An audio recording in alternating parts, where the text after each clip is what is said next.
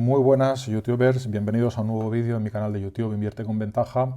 Vamos a hablar aquí de Ray Dalio y de una publicación que ha hecho recientemente que quizás conozcas, y si no la conoces, desde luego es de lectura obligatoria.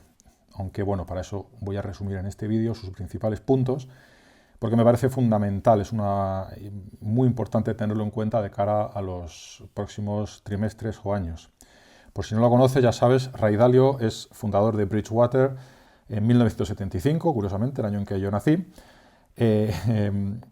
Mayor hedge fund del mundo, creador de una estrategia que se llama All Weather Portfolio, que está diseñada con bonos, acciones y una diversificación que en principio está hecha para atravesar cualquier tipo de escenario macroeconómico, es decir, crecimiento económico o contracción, con inflación o sin inflación.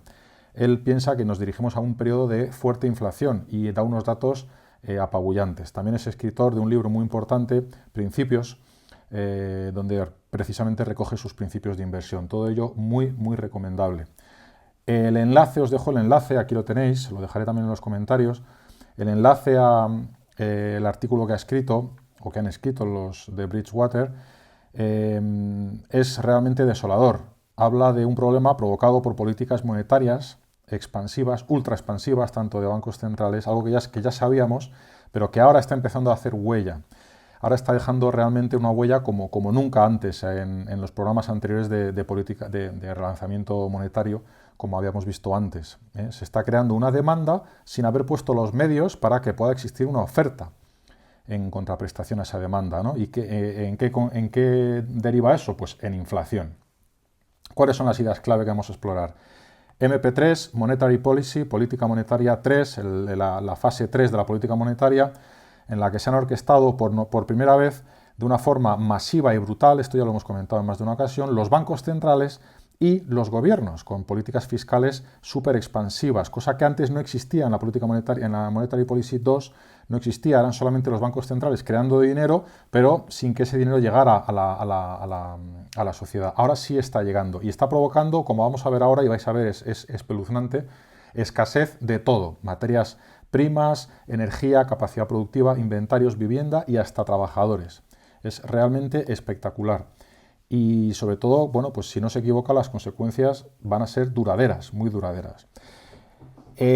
Ya sabéis que la tesis que hay ahora mismo es que estamos en un shock de oferta, es decir, lo que seguramente la mayor parte de la gente oye por ahí es que ha habido problemas de aprovisionamiento, ¿cómo se llama? Los semiconductores y todas estas cosas, que está provocando escasez de productos que no encontramos en las tiendas por problemas de aprovisionamiento. Es decir, parecería que tenemos un problema de oferta, es decir, que las empresas, por problemas circunstanciales pasajeros, no consiguen satisfacer la demanda de productos que hay, pero que es una demanda razonable, y que el problema tiene que ver con la oferta, que realmente vamos a ver que en cierto modo sí es así, pero no porque las empresas estén por un momento pasajero de no poder satisfacer esa demanda de productos, de bienes y servicios, sino porque la demanda ha explotado. En azul, aquí en este primer gráfico, en la línea azul, tenemos la demanda nominal, la demanda.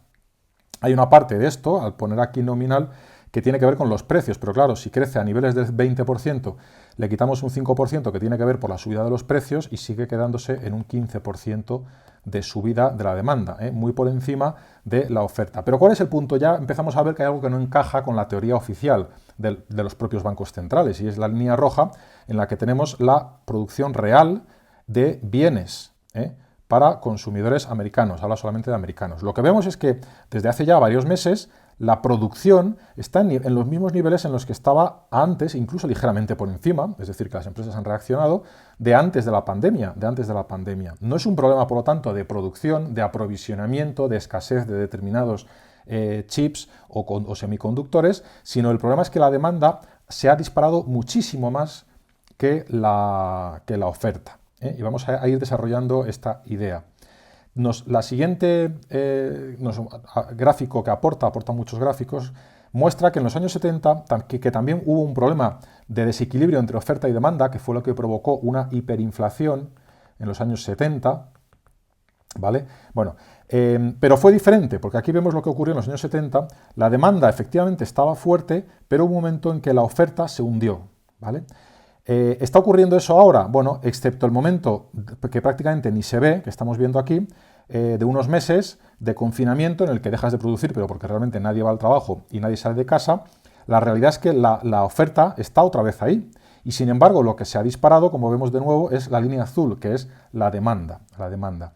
En definitiva, vemos cómo en este gráfico muestra la diferencia entre la demanda de bienes y la producción real de bienes, quitando un poco el efecto de tendencia. Y vemos la diferencia entre lo que está ocurriendo ahora y lo que ocurrió entonces, que podría parecer que es lo mismo, pero que aquí vemos exactamente que por debajo la sustancia que hay no es la misma y no tiene nada que ver.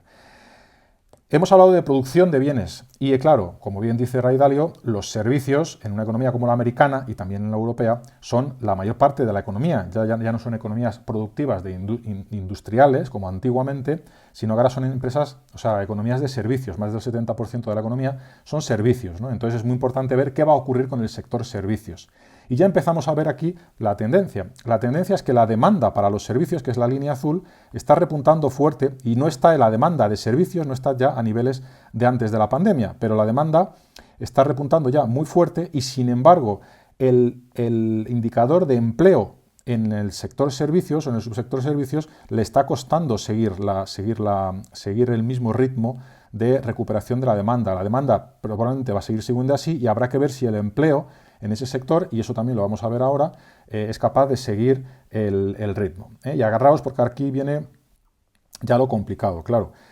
Si la demanda de servicios vuelve a niveles pre-COVID, la tasa de paro, que ya está otra vez bajando fuerte, porque esto es la media, si hace la normalización que da el punto azul gordo con la normalización del sector servicios como proporción del consumo global, él hace ya la proyección de que ya estamos aquí, ¿no? Si hace falta que siga creciendo el empleo, claro, la tasa de paro va a caer pues, por debajo de niveles de finales de los años 60. ¿Qué va a significar eso? Un problema de mano de obra muy fuerte, una presión muy fuerte sobre el mercado laboral en Estados Unidos. Claro, si tenemos en cuenta que la causa del exceso de demanda es el Big Bang de liquidez que han provocado de una forma irresponsable tanto los bancos centrales como los gobiernos, que solamente se preocupan de quedar bien frente a su gran masa de electores, no tiene fácil solución. Y os voy a poner aquí algunos extractos que me parecen claves, ¿no? Los gobiernos han transferido cantidades masivas de cash, de efectivo, a los hogares. Mucho más que simplemente compensando la pérdida de ingresos provocados por el confinamiento del COVID. Hoy día, el estado de las cuentas financieras de los hogares están materialmente mucho mejor de lo que estaban antes de la pandemia. Es decir, que la política monetaria 3, que es MP3, no es música, sino es Monetary Policy 3, ha creado de la nada una sensación de bienestar, empujando el valor de activos financieros en general, como acciones, vivienda, criptomonedas, etc. Esto no es nada nuevo, esto no lo dice solamente él, ¿no? Es fácil de observar y de constatar.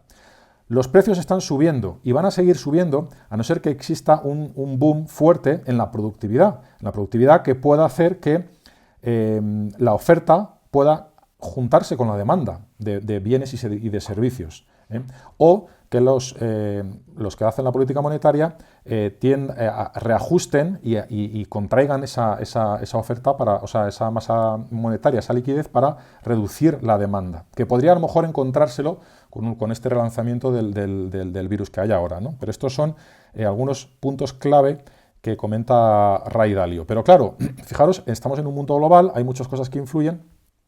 Él también observa escasez de materias primas, en concreto de metales necesarios para la producción de muchos servicios clave. Esto sí que es más con la tesis, pero fijaros, este es el precio de metales, que después de años, de décadas la línea azul es el CAPEX es CAPEX, significa Capital expenditures. Expenditures son gastos y cap es capital. Son gastos de capital, es decir, inversiones.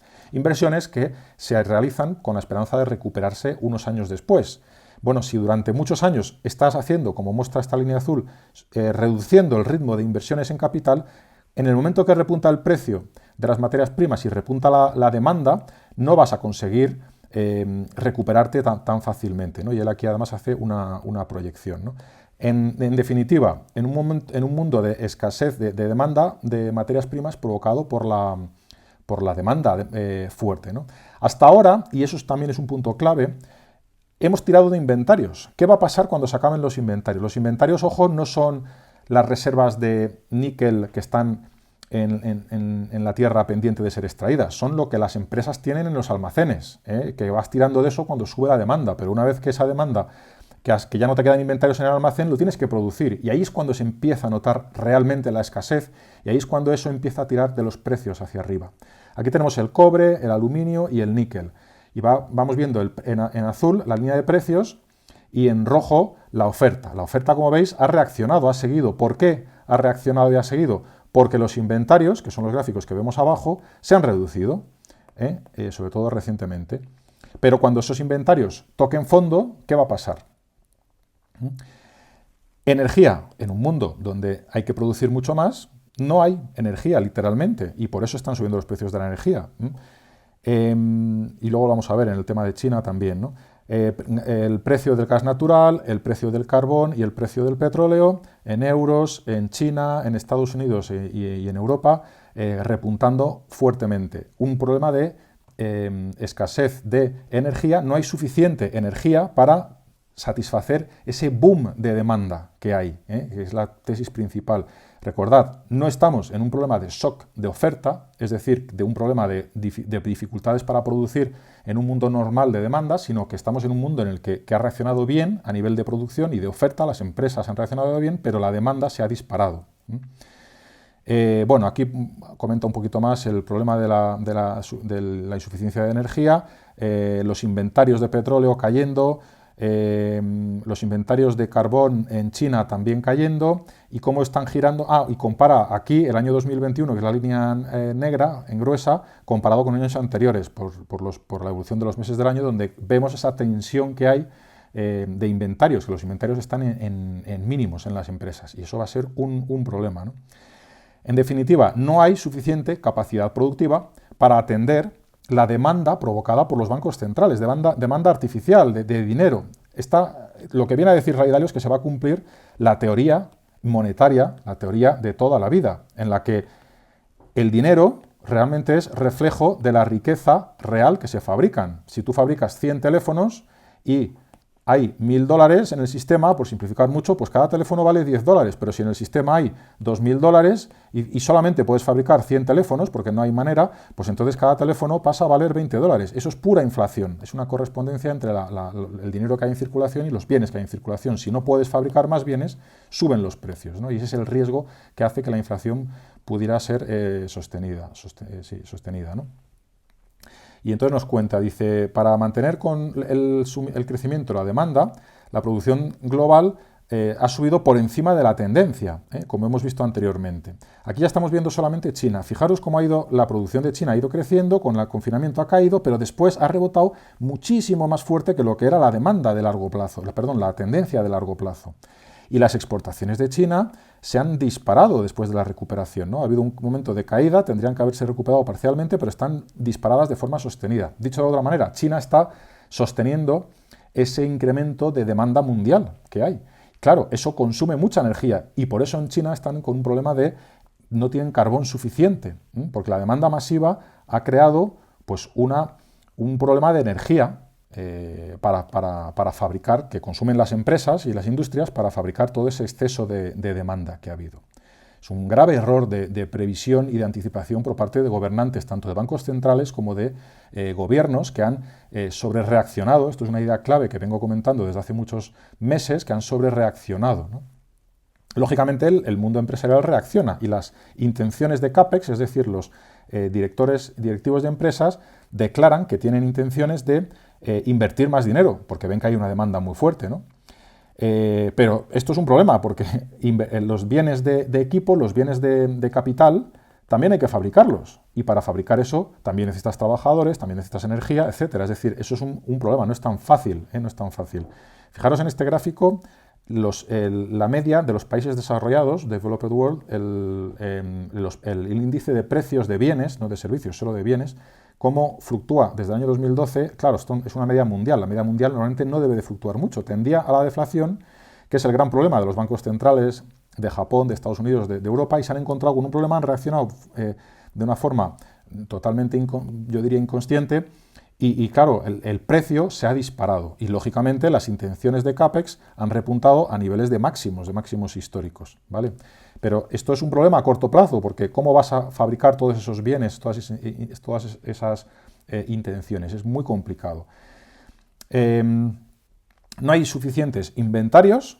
Fijaros, US Inventory to Sales Ratio, el ratio que mide los inventarios que hay en el almacén de las empresas en total de toda la industria americana comparado con las ventas que se están produciendo, ¿no?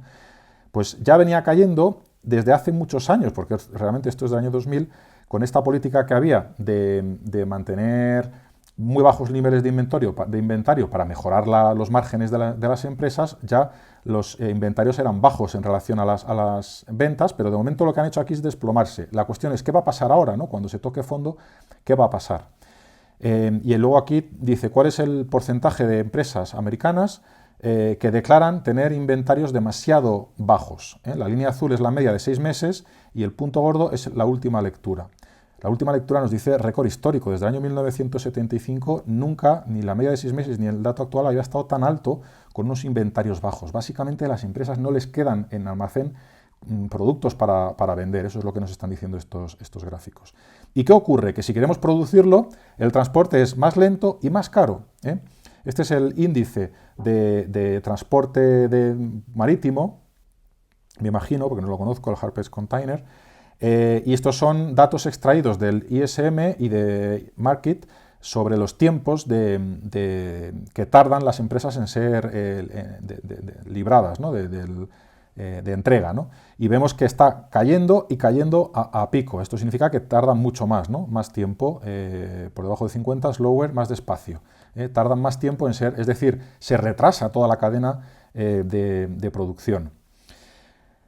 Claro, esto tiene consecuencias y ramificaciones en toda la economía. ¿Cuál es el problema en la vivienda en Estados Unidos?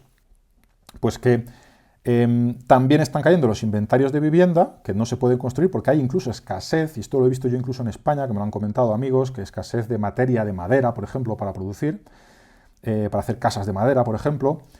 Y el problema de esto es que, claro, están cayendo los inventarios, son month to recent sales, meses con respecto a las ventas recientes, es decir, cada vez van cayendo las ventas, lógicamente hay más liquidez, la gente compra más casas, y el problema clave de todo esto es que en el cálculo de la inflación del IPC se tiene en cuenta el alquiler. De hecho, creo que hay una reforma también que está pendiente para incluir con más fuerza el alquiler en el IPC, el CPI, que es el IPC, ¿no? El índice de precios al consumo. Y el problema que vemos en este gráfico es que el precio de la vivienda empieza a subir, el precio de compra-venta, ¿no? De los que compran y venden. Y las rentas, el alquiler, es un indicador que sigue con cierto retraso. Y veis que está siguiendo con cierto retraso. Si a poco que repunte y haga parecido a lo que están haciendo los precios de las viviendas, el IPC, que es el cálculo oficial de la inflación, se va a resentir muy fuertemente, ¿no? Y creo que, si hablo de memoria, me parece que el IPC, la renta, me parece que es 1/3 de la inflación, y no sé si lo querían subir o algo así, ¿no? No recuerdo bien. En fin, en cualquier caso, es un componente muy importante del cálculo de la inflación, y veis que está pendiente de recogerse en la inflación. Fuera de Estados Unidos, ¿qué está haciendo la vivienda? Igual, aquí veis, estáis viendo países, fuera de Estados Unidos, Nueva Zelanda, Gran Bretaña, en rojo está Francia, en naranja Australia, D1 no sé si será Alemania, y Canadá. Bueno, en cualquier caso, ya venía subiendo desde el año 2010, es decir, que de alguna manera seguramente todas las políticas expansivas se estaban dejando sentir en este mercado, pero se han acelerado desde el año 2020 hasta, vamos, totalmente fuera de control. Voy a avanzar un poco. Y el colmo de todo, al final, no hay suficiente fuerza laboral. En el gráfico de izquierda nos dice cuáles son las empresas que declaran no conseguir contratar a las personas que necesitan contratar. Es decir, no consiguen rellenar, fill positions, los puestos de trabajo que tienen disponibles. Bueno, pues hay un máximo histórico desde el año de toda la serie, desde 1975, más del 50% de las empresas americanas, esta es la lectura del último dato, declaran no ser capaces de encontrar los trabajadores que necesitan. Esto es auténticamente una auténtica salvajada. Y en el gráfico de la derecha vemos la tasa de paro en rojo, que veis que después del repunte está volviendo otra vez a su tendencia. Aquí también evidentemente influyen factores demográficos, pero lo que es también llamativo son los job openings, ofertas de trabajo. Ofertas de trabajo, que es la línea azul, que venía fluctuando, venía subiendo, ya se venía intuyendo ese problema, pero ahora con la reacción, fijaros cómo la línea azul ha reaccionado fuertemente y está muy por encima de niveles actuales, muy por encima de cualquier lectura histórica que hubiera. Hay ofertas de trabajo, las empresas no consiguen cubrir, y eso que, como vamos a ver, bueno, aquí está el porcentaje de trabajadores, es el ratio de quits, de empresas o sea, trabajadores que dejan su trabajo, ¿no? Y el último dato totalmente disparado. ¿Por qué dejas tu trabajo? Pues porque no lo necesitas, porque tienes ya claramente, bueno, piensas que vas a encontrar otro o no necesitas el dinero, ¿no? No necesitas trabajar para conseguir ese dinero. La demanda de puestos de trabajo supera claramente la oferta de trabajo. Es un problema de un shock de demanda. Hay demanda de puestos de trabajo, las empresas demandan trabajadores, pero no encuentran esos trabajadores que necesitan para cubrir. ¿Y qué va a provocar eso? Inevitablemente, y está provocando ya, pero va a seguir provocando más, pues que la inflación suba.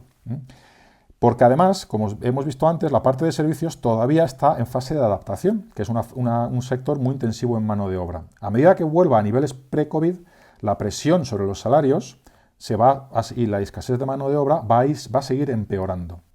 Y el gran peligro de todo esto es el círculo vicioso, que es el problema de la inflación. No es un problema de que durante un trimestre o incluso durante un año suba la inflación, que es lo que la BCE y la Fed americana están ahora mismo diciendo de alguna manera. El gran problema de esto es cuando se pone en marcha la retroalimentación. Es decir, como sube la inflación, suben los salarios. Y como suben los salarios, sube la inflación. ¿Y cómo sales de eso? Eso es muy complicado. De momento, lo que estamos viendo en este gráfico, que son los salarios horarios en Estados Unidos, la variación interanual, está superando cualquier pico de variación que tenía desde el año 1990 y la tasa de variación actual está ya en niveles de principios de los años 80.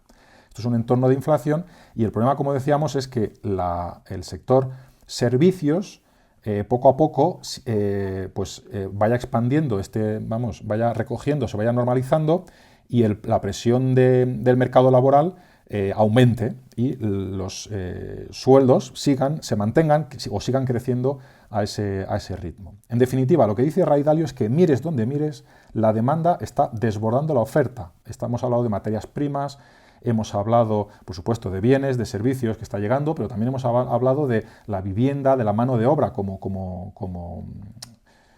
producto, ¿no? del empleo. Y bueno, eso no lo dice él, pero lo digo yo. Los gobernantes difícilmente van a poder arreglar este desajuste, puesto que lo han provocado ellos, salvo que de alguna manera, bueno, pues el confinamiento, no sé, es difícil imaginar, y en este sentido está bien ser prudente, pero dice, para que la oferta y la demanda puedan reencontrarse de una manera que esto no nos lleve a subidas de precio sostenidas, año tras año, trimestre tras trimestre, haría falta una inversión masiva en productividad, de tal forma que la oferta, es decir, que de alguna manera la oferta pueda subir y aumentar y alcanzar la demanda que hay, la demanda que está desbordada. El gap, es decir, el hueco entre la demanda y la oferta, es actualmente ya suficientemente alto y grande para que la inflación sea razonablemente sostenida, y particularmente debido precisamente a la extremadamente política económica y monetaria, cuantitativa, que realmente está empujando todavía que la demanda siga creciendo, ¿no? Porque los políticos no se habla de esto, no se comenta, ni siquiera los bancos centrales están reconociendo públicamente que haya este problema, ¿no? Esto es un tema clave que vamos a tener que tener en cuenta a partir de ahora, durante los próximos trimestres, Y la cuestión, como siempre, es cómo protegernos, primer lugar, primero, defensivo, y lo segundo, cómo aprovecharlo si es que se puede aprovechar. Yo pienso que en estos casos, evidentemente, porque el problema de los shocks es que nunca sabes qué efectos en cadena puede provocar, ¿no? Tanto inflación, deflación, a veces se te puede volver en contra. O sea, el objetivo primero es este siempre, protegerse, ¿no? Sobrevivir. Y entonces hay que plantearse, a ver, en qué activos, y pongo aquí bolsas, bonos, materias primas, precisamente, el oro. Antes se publicaba un artículo sobre el oro y un vídeo sobre el oro, que paradójicamente amaga con irse para abajo. Sector inmobiliario, o concretamente en acciones, qué acciones se pueden beneficiar de una demanda creciente, unos precios al alza, ¿no? Y en este sentido creo que Alex Estebaranz lo está planteando correctamente. Bueno, lo que está haciendo es fijarse en lo que hacen los grandes gurús, ¿no? Que es buscar pues, empresas con pricing power, que son empresas con grandes moats que van a poder subir precios en un entorno de subidas de precios, es decir, van a poder repercutir la subida de precios en sus productos e incluso aumentar márgenes en ese entorno. Y se daría la paradoja de que estas empresas tech, que las FANG y compañía, que realmente están caras, se van a beneficiar de un entorno en el que van a ser ganadoras, porque de momento siguen digamos, teniendo poder de fijación de precios, ¿no? Y en algún vídeo más adelante también hablaremos un poquito de la cartera de Bridgewater, ya que hemos hablado de Ray Dalio y de una herramienta que estoy preparando, que os mostraré, que es en lo que llevo trabajando varios meses, donde podemos ver las posiciones de Bridgewater y de otros hedge funds, otros gurús, que es la clave, ¿no?, que están haciendo los gurús para, insisto, primero protegernos, lo primero protegernos, defensivos en un entorno incierto en el que el futuro podría ser muy diferente los próximos 10 años a lo que han sido los 10 anteriores, y nuestro objetivo es sobrevivir, defendernos en ese entorno, y en un momento dado que sobrevivamos, plantearnos aprovecharlo y sacar un plus de rentabilidad, ¿vale? Es un tema, insisto, del que vamos a seguir hablando en futuros vídeos, porque es un tema crítico en la situación actual y en este mundo tan diferente y tan extraordinario que nos ha tocado vivir.